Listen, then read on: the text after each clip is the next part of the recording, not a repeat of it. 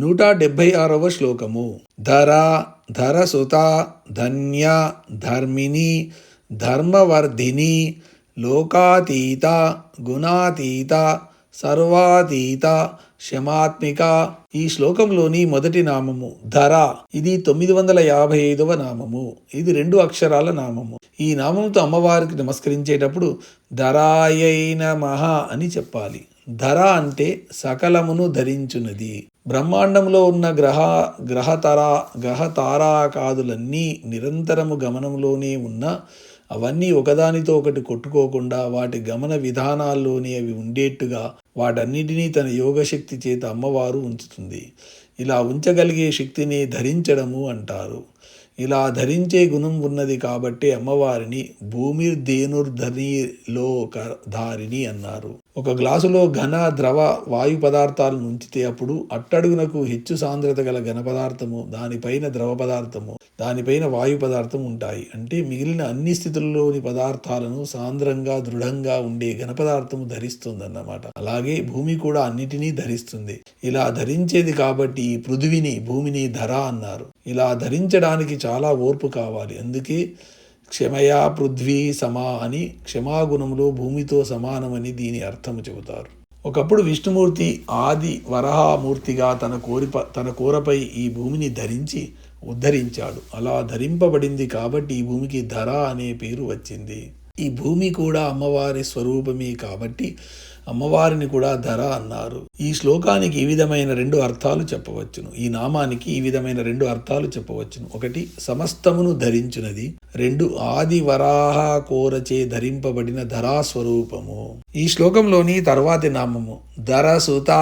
ఇది 956వ నామము. ఇది 4 అక్షరాల నామము. ఈ నామంతో అమ్మవారికి నమస్కరించేటప్పుడు ధరసుతాయై నమః అని చెప్పాలి. ధర అంటే భూమి యొక్క, సుత అంటే కుమార్తె. భూమిని ధరించేవి పర్వతాలు, ధరాధరాలు లేదా మహీధరాలు.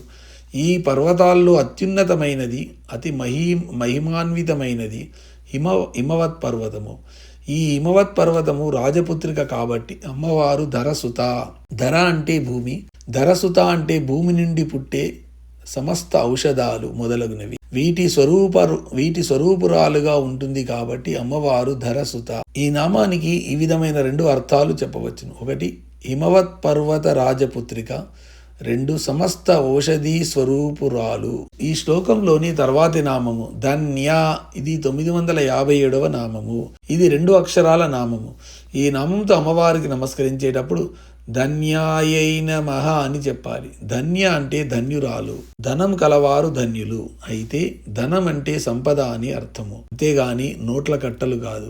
ధనం అగ్ని, ధనం వాయు, ధనం సూర్యో, ధనం వసు అని శ్రీ సూక్త ఫలశ్రుతిలో చెప్పబడుతుంది. వసుల వల్లనే సూక్ష్మమైన ఆత్మతత్వము స్థూలమైన పదార్థతత్వంగా మారుతుంది. కాబట్టి మనం భూమి ద్వారా పొందే పదార్థమైనందున సంపదకు ఈ వసువులే కారణము. ఈ వసువులను తన ధనంగా గలది అమ్మవారు. ఆమె సంకల్పిస్తే చాలు లోకాలు ఉన్నాయి, లేకపోతే లేవు. మరి ఇలాంటి అమ్మవారు ధన్యురాలు కాక ఏమిటి? మనస్సు కూడా ధన్యం కాదు. ఎందుకంటే అది అనుకున్నదల్లా చెయ్యనూ లేదు, అయ్యే వాటిని ఆపనూ లేదు. కానీ అమ్మవారు ఉందంటే ఏదైనా ఉంది, లేదంటే లేదు. కాబట్టి ప్రపంచంలో ఎవరైనా ఇలాంటి వారు ఉన్నారంటే అది ఒక్క అమ్మవారే. ఈ నామానికి ఈ విధమైన 2 అర్థాలు చెప్పవచ్చును. 1 ధన్యురాలు, 2 తిరుగులేని సంకల్పం కలది. ఈ శ్లోకంలోని తర్వాతి నామము ధర్మిణి. ఇది 958వ నామము. ఇది 3 అక్షరాల నామము. ఈ నామంతో అమ్మవారికి నమస్కరించేటప్పుడు ధర్మిణ్యై నమః అని చెప్పాలి. ధర్మిణి అంటే ధర్మములు గలది. ధర్మాలను గుణాలుగా తీసుకురాగలిగేదే అమ్మవారే. అంటే ప్రకృతిలో ఉండే ధర్మాలను, సత్యాలను గుణాలుగా కలిగిన ప్రాణకోటిగా తీసుకురాగలిగేది అమ్మవారే అని అర్థము. 2 వ్యక్తులు మాట్లాడుకుంటున్నప్పుడు వాళ్ళ గుణాలే మాట్లాడుకుంటున్నట్లు లెక్క, అంతేగాని వాళ్ళ ఇంద్రియాలు తదితర అవయవాలతో కూడిన దేహాలు కాదు. ధర్మాలు సాధ్యస్థితిలో ఉంటాయి, ఇవి ఎముకల ప్రోగు లాంటివి. గుణాలు సిద్ధస్థితిలో ఉంటాయి, ఇవి రక్త మాంసం లాంటివి. ధర్మాలను తనయందు కలిగి వ్యక్తుల ద్వారా గుణాలుగా వ్యక్తం చేయగలిగినది కాబట్టి అమ్మవారు ధర్మిణి. ఈ ఈ నామానికి ఈ విధమైన రెండు అర్థాలు చెప్పవచ్చును. ఒకటి ధర్మము గలది, రెండు ధర్మములు ఆచరింప చేయునది అని ఈ నామానికి అర్థము. ఈ శ్లోకంలోని తర్వాతి నామము ధర్మవర్ధిని. ఇది 959వ నామము. ఇది 5 అక్షరాల నామము. ఈ నామంతో అమ్మవారికి నమస్కరించేటప్పుడు ధర్మవర్ధిన్యైన మహా అని చెప్పాలి. ధర్మ అంటే ధర్మములను, వర్ధిని అంటే వర్ధిల్ల చేయునది. ఏ ప్రవర్తన మనకు ఉంటే ఆ పరమధర్మమునందు మనం ఉంటామో ఆ ప్రవర్తనాత్మకమైన ధర్మాన్ని మనలో పెంపొందింప చేయునది కాబట్టి అమ్మవారు ధర్మవర్ధిని. చదరంగంలో ఒక ఎత్తు వేస్తున్నప్పుడు ఆ ఎత్తు మొత్తము ఆటనంతటినీ ఎలా నిర్ణయిస్తుందో అలాగే సామూహికమైన మార్పు వ్యక్తిపరమైన మార్పులపై ఆధారపడి ఉంటుంది. ఇది కుటుంబపరంగాను, సమాజపరంగాను, దేశపరంగాను, చిట్టచివరకు విశ్వపరంగా కూడా విస్తరింపబడే సత్యము. అందుకని అమ్మవారు ఈ విషయంలో చాలా బాధ్యత పడి తన సృష్టిలోని జీవులు వీలైనంత వరకు ధర్మం ప్రకారమే జీవనాన్ని గడిపేట్లుగా జాగ్రత్త పడుతుంది. ఒకవేళ వారు తప్పుడు త్రోవలు త్రొక్కితే తత్ఫలితంగా వచ్చే సన్నివేశాలు, సంఘటనల ద్వారా వారికి తెలియజెప్పి ధర్మోన్ముఖులుగా వారు మారేటట్లు తీర్చిదిద్దే శిక్షణ ఇస్తుంది. ప్రతివారు ఎదుటివారికి ప్రేమ గొలిసే విధంగా మాట్లాడుతూ వారికి హితమైనవి, శ్రేయోదాయకమైనవి చేస్తూ ఉంటే ధర్మాచరణ జరిగినట్లే, ధర్మాన్ని వర్ధిల్ల చేసినట్లే. ఈ విధంగా మన ద్వారా ధర్మవర్ధనము జరిగేటట్లు చేసేది కాబట్టి అమ్మవారు ధర్మవర్ధిని, ధర్మమును వర్ధిల్ల చేయునది అని ఈ నామానికి అర్థము. ఈ శ్లోకంలోని తర్వాతి నామము లోకాతీత. ఇది 960వ నామము. ఇది 4 అక్షరాల నామము. ఈ నామంతో అమ్మవారికి నమస్కరించేటప్పుడు లోకాతీతాయై నమః అని చెప్పాలి. లోక అంటే లోకములకు, అతీత అంటే అతీతముగా ఉండునది. లోకం అంటే ప్రపంచము అని అర్థం కాదు. ప్రజ్ఞా కక్ష్యలను లోకాలు అంటారు. ఒకే ఉపాధ్యాయుడు చెప్పే ఒకే పాఠం వింటున్న విద్యార్థులందరూ కూడా ఎవరి ఆలోచనలో వారు, ఎవరి ఆటలలో వారు గోప్యంగా ఉంటున్నప్పుడు వాళ్ళందరూ ఒకే తరగతిలో ఉండి కూడా ఎవరి లోకాల్లో వారు ఉంటున్నట్లే లెక్క. కొందరు పాఠం లోకంలో, మరికొందరు నిన్న చూసిన సినిమా లోకంలో, మరికొందరు చుక్కల దాడి ఆట లోకంలో, ఇలా ఎవరి లోకాల్లో వాళ్ళు ఉన్నట్లు లెక్క.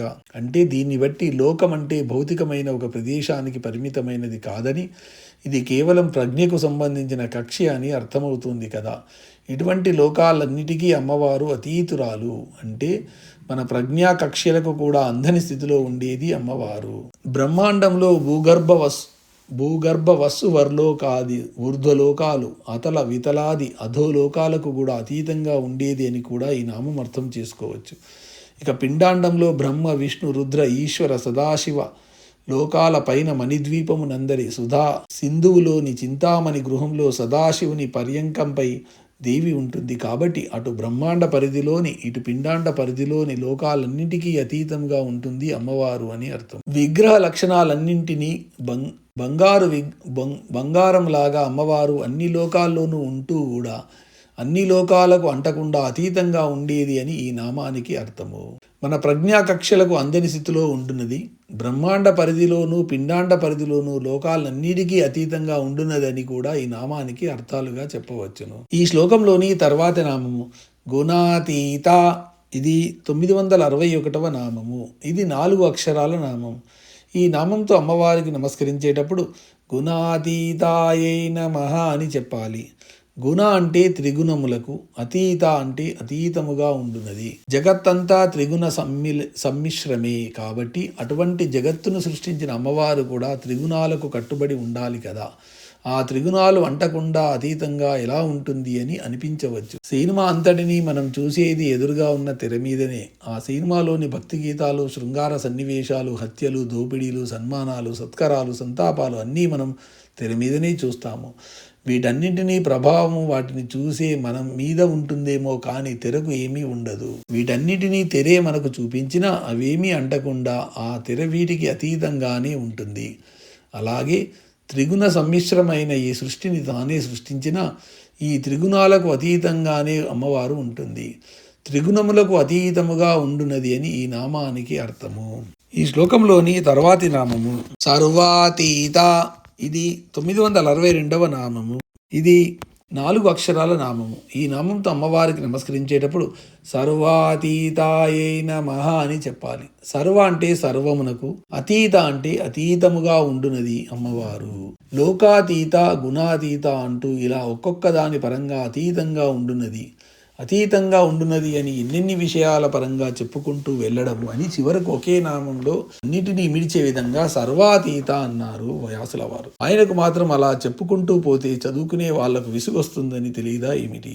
మంచు గడ్డన్నా, నీళ్ళన్నా, నీటి ఆవిరి అన్నా తేడా లేదు. అన్నీ అంటున్నప్పుడు మంచుగడ్డ అని, నీళ్లు అని, నీటి ఆవిరని వేరే వేరే చెప్పడం దీనికి. జగత్తు ఏమి లేదండి, నిజంగా చెప్పాలంటే అంతా పరబ్రహ్మే అంటూ ఉంటారు. మరి అంతా పరబ్రహ్మే అయినప్పుడు ఈ అంతా ఆ పరబ్రహ్మలను వేరువేరుగా చెబుతున్నాము అంటే రెండు వేరుగా ఉంటాయనే ఇలా చెబుతున్నామా? రెండు ఒకటేనా? ఈ జబ్బు చివరిదాకా తెగదు పోదు. మనంగా మాత్రమే ఉన్నంత వరకు ఈ రెండు వేరుగానే అనిపిస్తాయి. కానీ మనం అమ్మవారిలో లీనమైపోతే ఈ వేరింటి కాపరాలు ఉండవు. సర్వమునందు మనం ఒక భాగమై ఆ సర్వానికి అతీతంగా ఉంటాము. ఇంతకు ముందు నామంలో చెప్పిన సినిమా తెర మనం చూసే సినిమాలోని ప్రతి సన్నివేశ చిత్రంలోనూ ఒక భాగమే అయినా ఏ భాగము తనకు అంటదు. ఈ స్థితిని సర్వాతీత స్థితి అంటారు. అమ్మవారు అలాంటిదని ఈ నామార్థంగా గ్రహించాలి. సర్వమునకు అతీతముగా ఉండునదేని ఈ నామానికి అర్థము. ఈ శ్లోకంలోని చివరి నామము క్షమాత్మిక. ఇది 963వ నామము. ఇది 4 అక్షరాల నామం. ఈ నామంతో అమ్మవారికి నమస్కరించేటప్పుడు శమాత్మికాయై నమః అని చెప్పాలి. శమ అంటే శమమును, ఆత్మిక అంటే స్వరూపముగా గలది. ఇంద్రియ నిగ్రహాన్ని శమము అంటారు. ఇది ఉన్నవారికి శాంతి ఉంటుంది. యోగంలో సమాధి స్థితి రావాలంటే మొదట మెట్టుగా ఇంద్రియాలు, మనస్సు మన యందు లీనమవడం జరగాలి. అటువంటి రెండవ మెట్టుగా ఇంద్రియాలు, మనస్సు మన యందు వర్తించాలి. అంటే మనం చెప్పినట్లు వినాలి. ఇలా జరగడానికి చాలా అభ్యాసం అవసరం అవుతుంది. ఈ అభ్యాసం మీద క్షమించడము ఆధారపడి ఉంటుంది. మంచి చెడులకు కూడా ఈ అభ్యాసం వల్లనే మనలో ఏర్పరచుకుంటాము. సృష్టిలో కూడా ఇలా జరుగును అని ఉంటుంది, అలా జరుగుతుంది. ఇలా జరుగునులోని జరుగును అన్న దానిలోనికి ఇలా జరిగితే బాగుండును అన్నది లీనమవ్వాలి. అప్పుడు మన ద్వారా అమ్మవారి సంకల్పం పనిచేసి మంచి పనులు జరగడం ప్రారంభమవుతాయి. ఇలా జరగడం కూడా అభ్యాసం వల్లనే సాధ్యము. ఈ విధంగా అభ్యాసం వల్ల క్షమించడం జరిగితే క్షమాత్మిక సిద్ధిస్తుంది. ఆత్మవంతునకు మనస్సు ఆత్మలాగా పనిచేస్తుంది. కానీ మనస్సు ఆత్మ కాదు. మనకు కావలసింది ఏదో ఉన్నట్లు అనిపించడమే నరకము. ఇది మనసుకు సంబంధించిన జాడ్యము. మనస్సు మనంగా మారినప్పుడు నిగ్రహం సిద్ధిస్తుంది. కానీ మనస్సు మనం వేరువేరుగా ఉన్నంత వరకు నిగ్రహం సిద్ధించదు. ఈ నిగ్రహాన్ని కలిగించే వాడే శంకరుడు. ఇది కలిగినప్పుడు ఉండే స్థితిని శివము అంటారు. శరీరానికి కావలసినవి ఉండవచ్చు. అవి ఎలాగూ అవసరాన్ని బట్టి ఆయా సమయాల్లో ఏర్పాటవుతాయి. అయితే మనకు కావలసినవి అంటూ ఉండని స్థితి మనకు రావాలి. ఈ స్థితి ప్రయాణ కాలంలోగా మనకు వస్తే మనం అదృష్టవంతులమే. ఈ స్థితి సన్యాసము పుచ్చుకుంటే వచ్చే స్థితి కాదు. సన్యాసం పుచ్చుకోకపోయినా సాధనలో రావచ్చు. అంటే సన్యాసం పుచ్చుకోవడానికి ముక్త సంఘస్థితికి సంబంధం లేదన్నమాట. న్యాయానికి ఈ స్థితికి వచ్చిన వాడు సన్యసిస్తే బాగుంటుంది, లేకపోతే ఎబ్బెట్టుగా ఉంటుంది. గీతలో ప్రతిపాదించిన ప్రయాణ కాలము, అంత్యకాలము, వీటిని పోయే కాలము అని అర్థము చెప్పుకుంటే యోగమంతా మరణానికి ప్రయత్నము అనే అనర్థానికి దారి తీస్తుంది. తస్మాత్ జాగ్రత్త. మనలో ఎక్కడెక్కడ పట్లు ఉంటాయో అక్కడక్కడ తెగాలి. ఆ తెగడం జరిగేట్టు చూసేవాణ్ణి దైవ్యోభిషక్ అన్నారు నమ్మకంలో. ఈయనే శంకరుడు. అంటే శంను కలిగించేవాడు.